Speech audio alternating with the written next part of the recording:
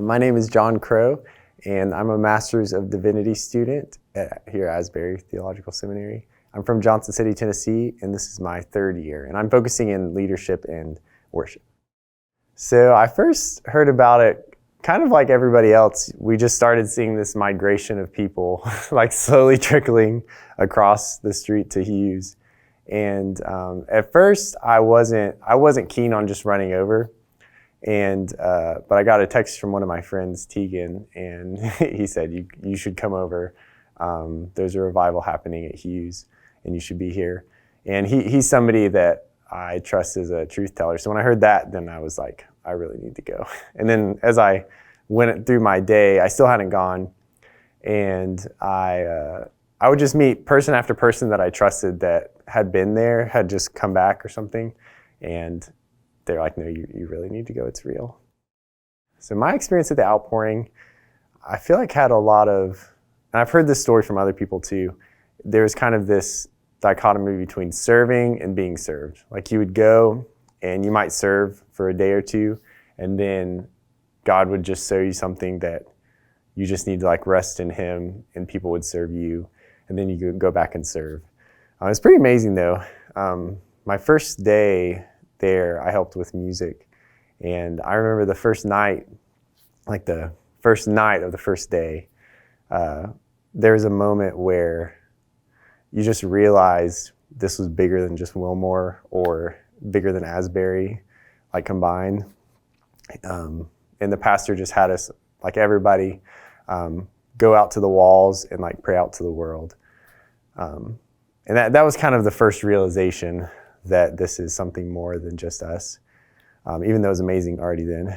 And then after that, there was some serving at the seminary and it was amazing. But then there was really just a time of rest where I would go, I think for the next week or so, I just went, and we were all serving in any way we could. People who just came, or people at the seminary or university.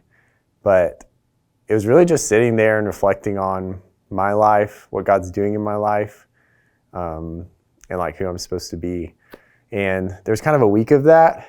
And then it was kind of funny. I've heard other people talk about this too. It was like, as soon as that felt like I really feel fulfilled in that, and that God's, not that there's not more work, but like for this time that's done, it was like, I got asked to serve again. So then you'd go and serve again. So it was an amazing experience.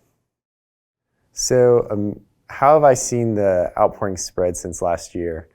So immediately afterwards, it was kind of just like, everybody go to sleep. That's kind of the initial response.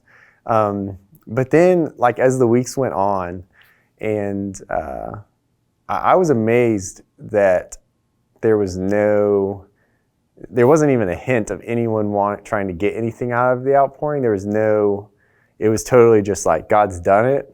Like, what does it mean now?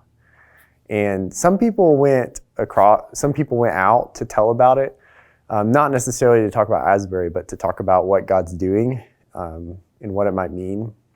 I felt called more to stay here and help with that. And in those following weeks, it was kind of like, I would mention it to somebody that I trust, like what I felt called to do, which is like help unite our community in worship, like the seminary and the university and the Wilmore community. And then they would say, well, like I was feeling called to help with prayer. Or someone else might say, like, I was feeling like we really need to start this gathering.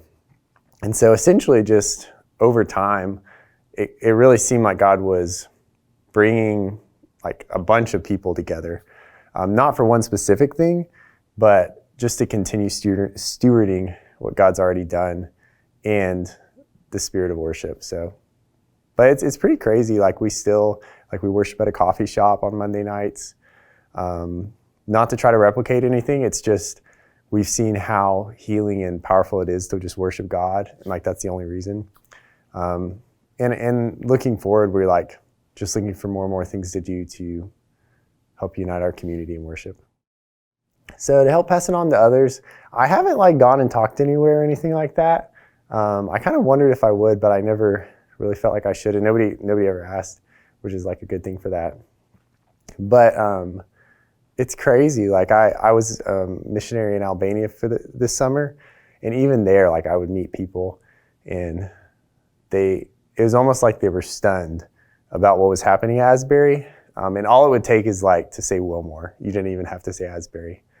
But in that, there's just this feeling not of passing on anything about us or anything about Asbury, or anything even about like how it happened, though that's important, but passing on that now is the time for returning to God. Like if anybody's not, now is the time for our world like to come together in Christ.